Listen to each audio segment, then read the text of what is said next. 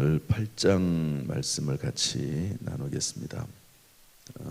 우리 성서공회에서는 제목을 달아놨죠. 우상 숭배를 책망하시다 이렇게 달아놨는데 그렇게 단순하지 않습니다.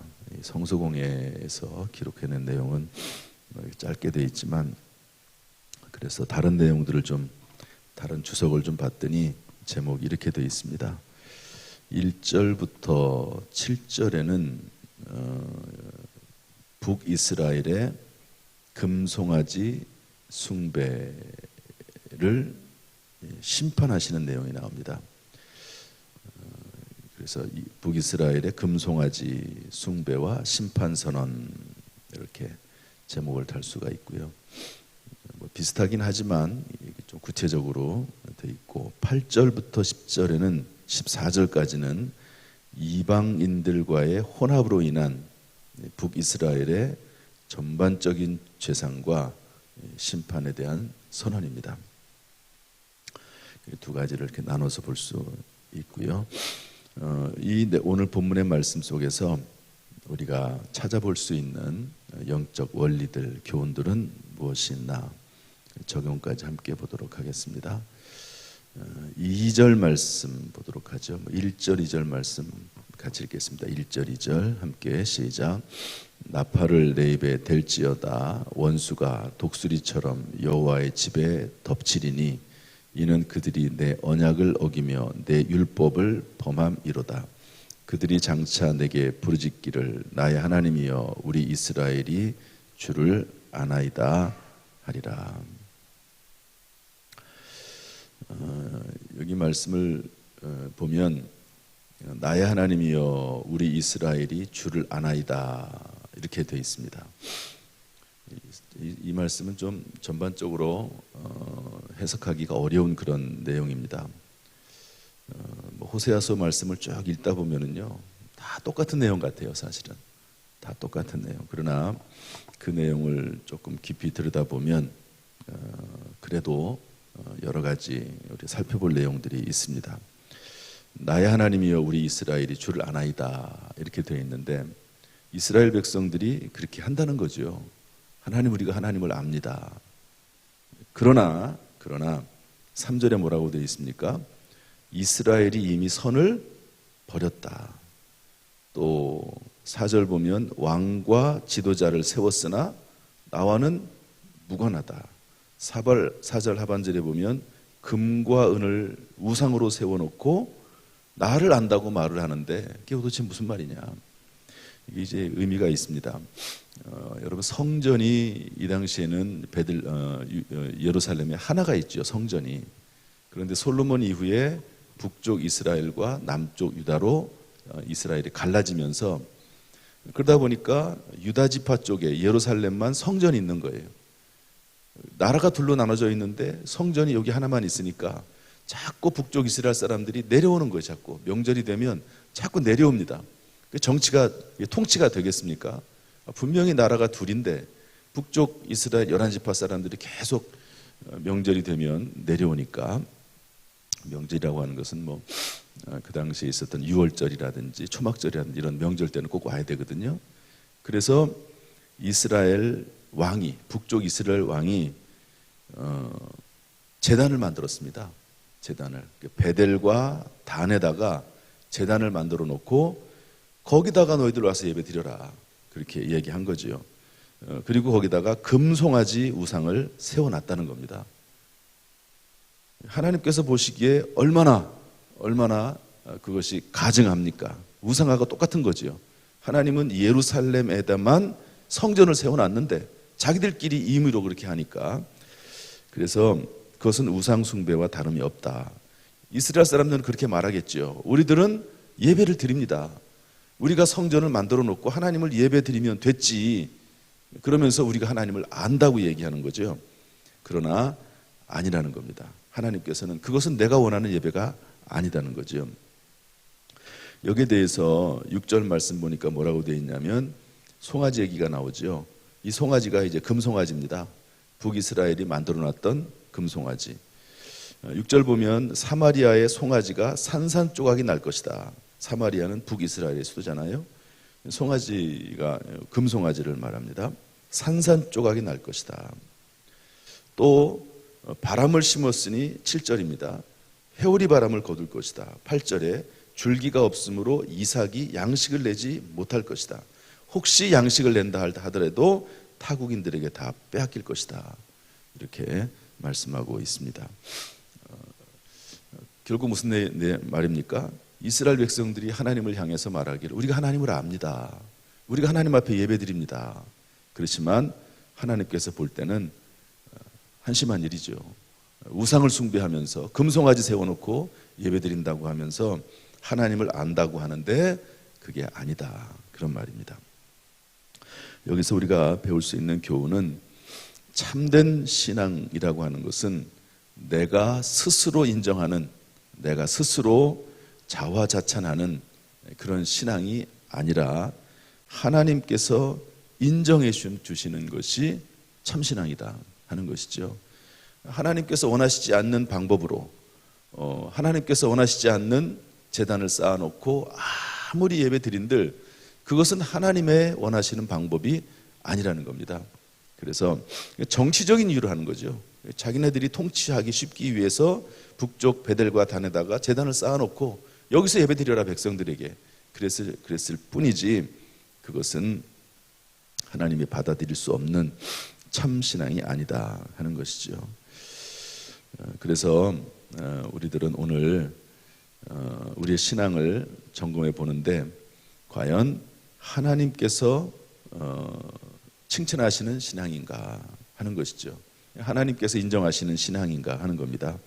여러분 바리새인들이 기도하고 세리가 기도했습니다. 바리새인은 교만하게 기도했죠. 자기가 이런 일도 행하고 저런 일도 행하고 그러면서 기도라기보다도 자기 자랑을 했습니다. 그러나 세리는 감히 하늘을 우러러 쳐다보지도 못하고 나는 죄인이라고 그러면서 기도했을 때 예수님께서 뭐라고 말씀하시죠? 세리의 기도가 응답받았다 말씀하고 있습니다. 자기 자신을 철저히 낮추고 겸손하고 죄인이라고 하는 것을 고백하면서 하나님 앞에 납작 엎드려서 기도하는 그 기도를 하나님께서는 받으셨다는 것이죠. 백부장의 믿음을 예수님이 칭찬하셨던 것처럼 말씀으로만 하옵소서 그리하면 내 종이 낫겠나이다 그랬을 때 이스라엘 백성 중에도 이런 믿음을 본 적이 없다 그러면서 칭찬했듯이 주님이 칭찬하시는 신앙, 이런 신앙이 참된 신앙이다 하는 것을 알 수가 있습니다. 참된 신앙의 모습을 좀 어떻게 평가해 볼 수 있을까요? 데살로니가전서 1장 3절로 우리가 판단해 볼 수 있다고 생각을 합니다. 거기에는 뭐라고 되어 있냐면 믿음의 역사, 소망의 인내, 사랑의 수고 이런 단어가 나오거든요. 한번 따라서 합시다. 믿음의 역사, 소망의 인내, 사랑의 수고 이런 모습이 있을 때 참된 신앙이라고 볼 수가 있을 것입니다. 믿음의 역사를 공동번역으로 봤더니 믿음의 활동 이렇게 되어 있습니다. 믿음의 활동. 흠정역이라는 또 성경 번역본이 있는데 여기 보니까 믿음의 행위 이렇게 되어 있습니다. 믿음이라고 하는 건 뭐냐? 믿음이라고 하는 것은 삶이 있는 것이고 행위가 있는 것이고 활동이 있는 것이 믿음이다. 그렇게 정의를 내렸습니다. 그래서 야고보서 보면은 너의 믿음을 보여라. 믿음을 보여라. 나는 내 삶으로 내 행위로 믿음을 보일 테니까 너 믿음이 있다고 하는데 믿음을 좀 나한테 보여달라. 그렇게 이야기하지 않습니까? 믿음의 역사라고 하는 것은 삶으로 드러난 그런 것을 믿음의 역사라고 볼 수 있습니다. 소망의 인내, 공동번역 성경에서는 뭐라고 되어 있냐면 꾸준한 희망 이렇게 되어 있습니다. 꾸준한 희망. 소망을 품는데 중간에 사라져버리는 소망이 아니라 하나님을 믿는 믿음 가운데서 계속해서 꾸준하게 소망을 갖는 것, 이것을 소망의 인내라고 공동번역에는 기록을 하고 있습니다. 사랑의 수고, 사랑이라고 하는 것은 수고다, 그런 정의라고 볼 수 있죠. 믿음이라고 하는 것은 실제 삶이고 활동하는 것이고 행동하는 것이고, 소망이라고 하는 것은 꾸준하게 견디는 것이고, 사랑이라고 하는 것은 수고하는 것이다. 이런 것이 있을 때 하나님께서 그 믿음을 귀하게 보신다 하는 것으로 이해할 수 있습니다. 오늘 하루 우리의 신앙을 되돌아보면서 하나님께서 칭찬하실 만한 신앙이 될 수 있도록 늘 힘쓰기를 주님의 이름으로 축복합니다. 두 번째로 한 가지를 더 보면 14절 말씀인데요. 한번 읽어보겠습니다. 14절 말씀 시작. 이스라엘은 자기를 지으신 이를 잊어버리고 왕궁들을 세웠으며 유다는 견고한 성읍을 많이 쌓았으나 내가 그 성읍들에 불을 보내어 그 성들을 삼키게 하리라. 이스라엘이나 북쪽 이스라엘이나 남쪽 유다가 아무리 왕궁들을 세우고 또 견고한 성읍을 쌓을지라도 그것들은 다 사라져 버린다는 거죠. 하나님을 잊어버린, 여기 그렇게 되어 있지 않습니까? 자기를 지으신 이를 잊어버리고 왕궁들을 세웠으며, 그러니까 하나님을 잊어버린 인생은 그 모든 영화가 헛된 것이라고 하는 거죠. 그 모든 영화가 뭡니까? 왕궁들, 견고한 성, 헛된 것이라는 말은 뭡니까? 다 사라져 버린다는 거죠. 여러분, 이스라엘과 유다가 많은 왕궁들을 세웠지요. 그러나 북쪽 이스라엘은 아수르가, 남쪽 유다는 바벨론이 약 한 100년 정도 차이가 납니다. 북쪽 이스라엘이 멸망하고 남쪽 유다가 멸망하기까지 한 4, 5년 정도 후에 멸망하거든요. 하나님을 잊어버리고 하나님을 떠나고 자기를 지으신 창조주 하나님을 잊어버렸을 때 잘 되는 것 같은데 그 모든 영화가 한순간에 사라져버리고 말 것이다 하는 것을 성경이 오늘 우리에게 경고해주고 있습니다. 하나님을 잊어버린 신앙인의 모습이 뭐냐? 8절 보니까 즐겨 쓰지 않는 그릇과 같다. 9절에 보니까 홀로 떨어진 들나귀와 같다. 11절에 보니까 제단을 쌓으면 쌓을수록 오히려 더 죄만 늘어난다. 그렇죠. 그러지 않겠습니까? 하나님께서 원하시지 않는 예배를 드리는 것 아닙니까? 예루살렘이 아니라 베델과 단에서 예배 드리는 모습.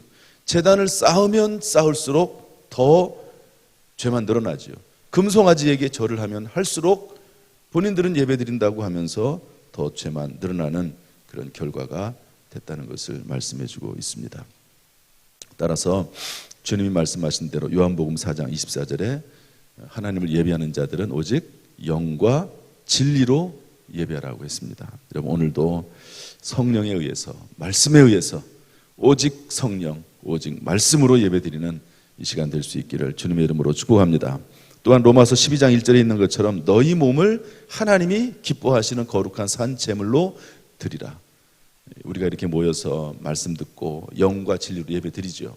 그리고 세상에 나가서는 삶으로 우리의 몸을 하나님께 드리는 그런 예배를 드릴 것을 권면하고 있습니다. 오늘도 하나님께서 우리 가운데 은혜를 베풀어 주시어서 하나님이 기뻐하시는 예배 드릴 수 있게 되기를 주님의 이름으로 축복합니다. 적용하겠습니다. 나는 하나님을 위해서 모든 좋은 것들을 구하는가? 아니면 모든 좋은 것들을 얻기 위해서 하나님을 찾는가? 비슷한 것 같죠? 좀 다르죠? 이스라엘 사람들은 모든 영화로운 것들을 다 만들었습니다. 성읍을 세우고.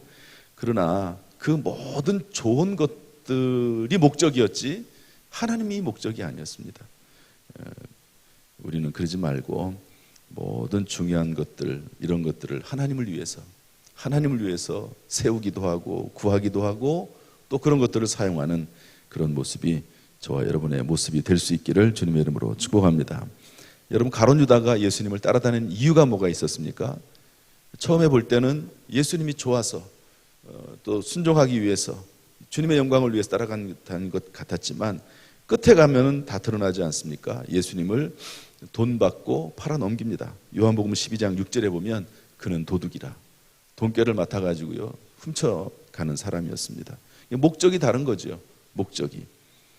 헤롯 왕은 이렇게 되어 있습니다. 사도행전 12장 23절에 보니까 헤롯이 영광을 하나님께 돌리지 아니하므로 주의 사자가 곧 친히 벌레에게 먹혀 죽으니라. 그러나 솔로몬은 백성들을 위해서 지혜를 구했습니다. 어린 나이에 왕이 됐을 때 하나님, 제가 너무 어리고 연약해서 이 백성들을, 이 수많은 백성들을 통치할 수가 없습니다. 그러니까 지혜를 달라고 1000번 제단을 쌓아가면서 기도했는데 그것이 하나님 앞에 마음에 들었습니다. 하나님의 영광을 위해서, 하나님 맡겨진 사명을 위해서 지혜를 구하는 거지요. 필요한 것을 구하는 겁니다. 이런 모습이 하나님께서 보시기에는 참 귀한 거라고 볼 수 있습니다. 오늘 기도할 때도 하나님의 영광을 위해서 기도하는 저와 여러분 될 수 있기를 주님의 이름으로 축복합니다. 그러면 요한복음 6장 33절에 뭐라고 되어 있습니까? 마태복음 6장 33절에 너희는 먼저 그의 나라와 그의 의를 구하라. 그리하면 이 모든 것을 너희에게 더하시리라. 아멘.